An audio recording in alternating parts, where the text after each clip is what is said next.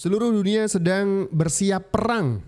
Negara-negara Eropa bahkan sudah menginstruksikan warganya untuk bersiap jika benar-benar terjadi krisis keamanan. Mulai menimbun cadangan persediaan makanan, juga persiapan lain yang dibutuhkan ketika benar-benar terjadi perang. Ini ada sinyal apa? Pak Prabowo juga sudah mempersiapkan diri, mulai dari menggalakkan efisiensi, juga terlibat aktif dalam perdamaian dunia. Di bawah kepemimpinan Pak Prabowo, Indonesia disegani di dunia internasional. Situasi di Timur Tengah semakin memanas ketika Israel menantang TNI Angkatan Udara Indonesia yang sedang menjalankan misi kemanusiaan menuju Gaza. Ancaman perang dari Israel membuat TNI AU merespon dengan tegas. Dalam aksi yang berani, jet-jet tempur TNI menggelar konvoi pemantauan di langit Israel, menunjukkan kekuatan dan tekad mereka untuk melindungi misi kemanusiaan tersebut. Indonesia telah lama menunjukkan solidaritasnya terhadap Palestina dengan mengirimkan bantuan kemanusiaan ke Gaza. Kali ini, pesawat Hercules TNI yang membawa bantuan berangkat dengan pengawalan ketat dari jet-jet tempur TNI AU. Misi ini sangat penting, mengingat situasi di Gaza yang terus memburuk akibat konflik yang berkepanjangan. Namun, ancaman dari Israel membuat misi ini semakin berisiko. Israel yang menganggap kehadiran jet tempur TNI di wilayah udaranya sebagai provokasi, mengeluarkan peringatan keras. Mereka menantang TNI AU dengan ancaman perang yang tidak bisa diabaikan begitu saja. Menanggapi tantangan ini, TNI Angkatan Udara segera melakukan persiapan. Jet tempur F-16 dan Sukhoi Su-27 yang dimiliki TNI segera disiapkan untuk menghadapi kemungkinan konfrontasi di udara. Para pilot yang telah terlatih dengan baik mempersiapkan diri untuk menjalankan misi yang berisiko tinggi ini. Mereka tahu bahwa misi ini bukan hanya tentang menunjukkan kekuatan, tetapi juga memastikan keselamatan pesawat Hercules yang membawa bantuan kemanusiaan. Ancaman Israel tidak membuat TNI AU gentar. Sebaliknya, mereka merespon dengan langkah tegas dan berani. Komando tertinggi TNI AU memutuskan untuk melakukan konvoi pemantauan di langit Israel, sebagai tanda bahwa mereka siap menghadapi segala kemungkinan dan tidak akan mundur dari misi kemanusiaan ini. Konvoi jet tempur TNI mulai bergerak. Jet-jet tempur ini, yang dilengkapi dengan teknologi canggih dan pilot-pilot yang berpengalaman, terbang dalam formasi yang rapi dan strategis. Mereka siap untuk menghadapi ancaman apapun yang mungkin datang dari Israel. Saat konvoi jet tempur TNI memasuki wilayah udara Israel, ketegangan terasa di udara. Sistem radar Israel segera mendeteksi keberadaan jet-jet tempur tersebut.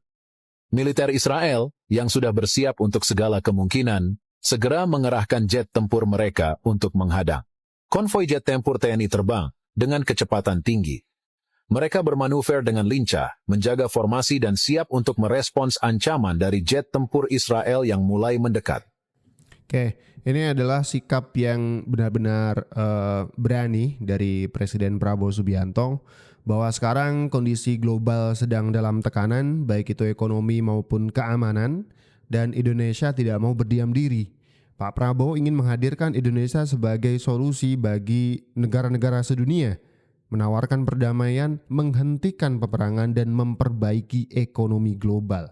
Bahkan untuk urusan Gaza, terakhir Pak Prabowo bahkan siap untuk mengevakuasi 1.000 warga Gaza.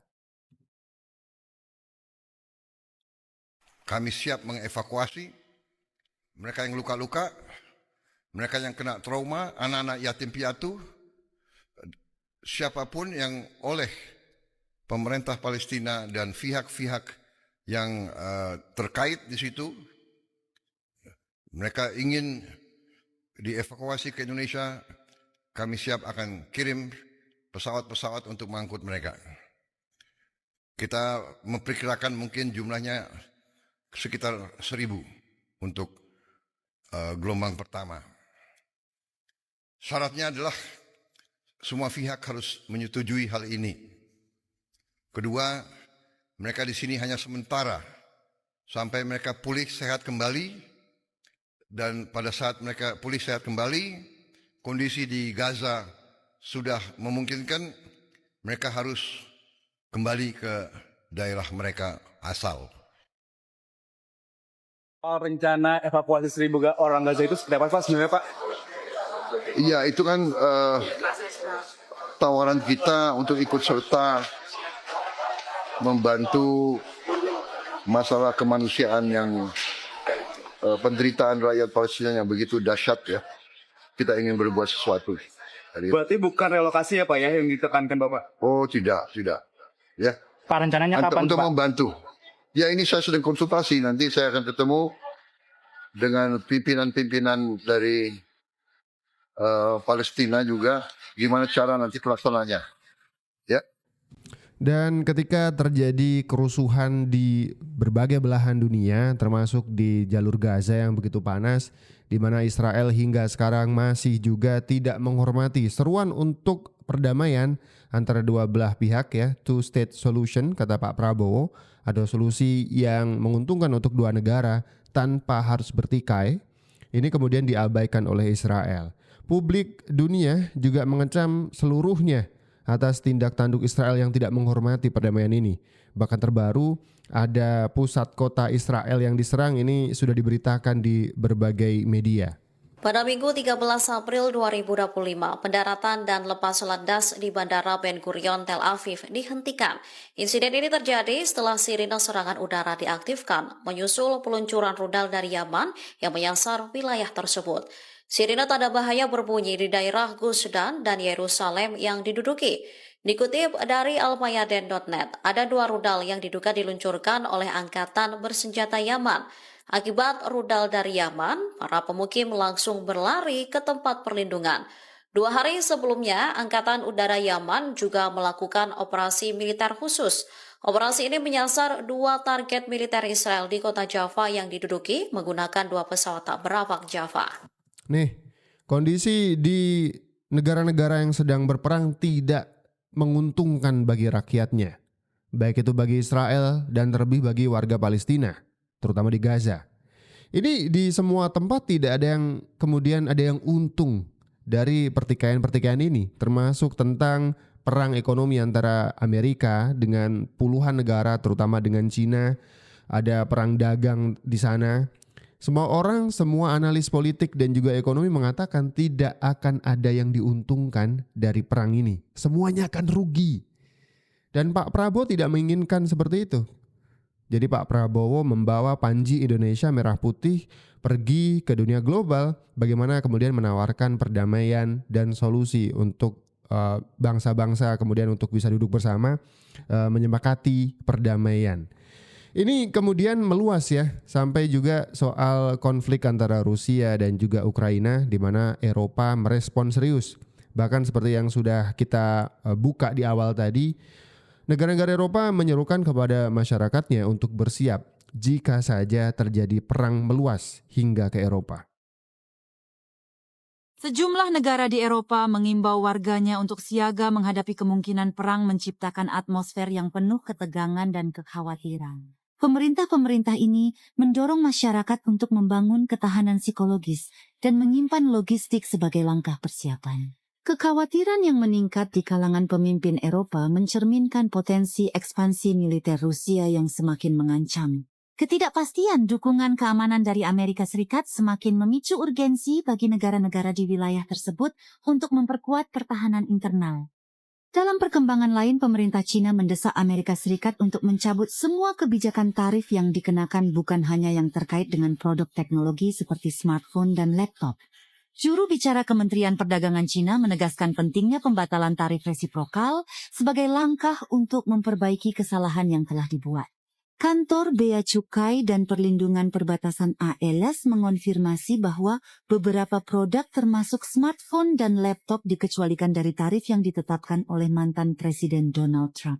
Tuh, Eropa saja sudah ketar-ketir bahwa situasi global yang tidak menentu ini akan berimbas ke negara-negara mereka. Sampai-sampai setiap negara sudah menyerukan kepada masyarakatnya untuk bersiap diri. Mulai dari mempersiapkan cadangan makanan, mengaktifkan kembali bunker-bunker perlindungan, sampai langkah-langkah lain jika situasi ekstrim benar-benar terjadi. Ini harus kita waspadai juga. Ini sangat-sangat bisa ya, sangat-sangat bisa berefek sampai ke Indonesia. Makanya kita juga harus waspada, kita harus melek juga dengan situasi-situasi global. Jadi buat kalian yang pengen tahu update tentang geopolitik maupun informasi lain bisa di-subscribe channel ini ya. If the British Army was asked to fight tonight, yes, it would fight tonight. And I don't think anybody in this room should be under any illusion that if the Russians invaded Eastern Europe tonight, then we would meet them in that fight. That would be the first point I'd make. Thank you, General. Yeah, no, I'm absolutely certain that if the Russians invaded Eastern Europe, the British Army would be there. I'm a reserve officer, so I would probably be there with them. So... Ini menarik. Ini adalah wakil staf pertahanan Inggris. Ini mengatakan bahwa kalau misalkan Rusia ngajak perang malam ini juga, kita akan perang malam ini juga. Sedemikian mencekamnya gitu. Gak ada lagi soal bagaimana ada tenggat waktu untuk bernegosiasi, komunikasi, meredam gejolak. Gak ada. Bahkan wakil kepala staf pertahanan Inggris mengatakan kalau Rusia mancing-mancing malam ini ngajak perang, kita perang. Sedemikian mencekamnya tentang situasi global sekarang. Spekulasi mengenai Perang Dunia Ketiga selalu menjadi topik yang sensitif dan seringkali mengundang perdebatan. Rusia dengan ambisi geopolitik, persaingan dengan NATO dan sumber daya alam yang kaya membuat Rusia potensial menjadi sumber konflik. Ketegangan dengan negara-negara Eropa Timur dan perluasan pengaruhnya di kawasan tersebut juga bisa memicu ketegangan global. Perang yang sekarang terjadi antara Rusia dan Ukraina dapat meluas menjadi Perang Dunia Ketiga jika tidak ditangani dengan baik. Tentara Jerman Bundeswehr tengah melakukan latihan intensif setelah adanya kenaikan anggaran pertahanan sebagai respons terhadap meningkatnya ancaman dari Rusia. Jerman melihat Rusia sebagai ancaman di masa depan. Invasi Rusia ke Ukraina telah mengubah cara berpikir khalayak Jerman tentang militer. Soal Rusia, Jerman punya pendekatan khusus. Sebaliknya, Rusia mengatakan Barat sedang bermain api dengan mempertimbangkan untuk mengizinkan Ukraina menyerang jauh ke Rusia dengan rudal-rudal yang ada di pasok mereka. Rusia juga diperingatkan AS bahwa Perang Dunia III tidak akan terbatas di Eropa saja, tetapi juga menyeret negara-negara di berbagai wilayah lainnya. Global Firepower menempatkan Rusia jauh di atas Jerman, yakni 126 miliar dolar AS sementara Jerman 50 miliar dolar AS di urutan ke-11. Rusia memiliki 1,32 juta personel aktif, 2 juta tentara cadangan, dan 250 ribu unit paramiliter. Sebaliknya, Jerman memiliki 181.600 personel tentara aktif dan 34.000 personel cadangan. Adik Rusia didukung sekitar 14.777 tank tempur utama. Sebaliknya Jerman hanya memiliki 295 tank termasuk Leopard. Lebih dari itu, Rusia adalah negara dengan hulu ledak nuklir terbanyak, sejumlah 5.899 dibandingkan AS pada urutan kedua dengan 5.224 buah. Jika perang Jerman dan Rusia pecah, tentu 31 negara NATO yang termasuk AS tidak tinggal diam sehingga memicu Perang Dunia Ketiga. Ini harus kita waspadai juga. Komentar kalian bagaimana tentang situasi global yang tidak menentu seperti ini, baik itu tekanan soal ekonomi maupun instabilitas keamanan dunia yang begitu bikin kita khawatir nih. Komentar kalian di kolom komentar sekarang, silakan.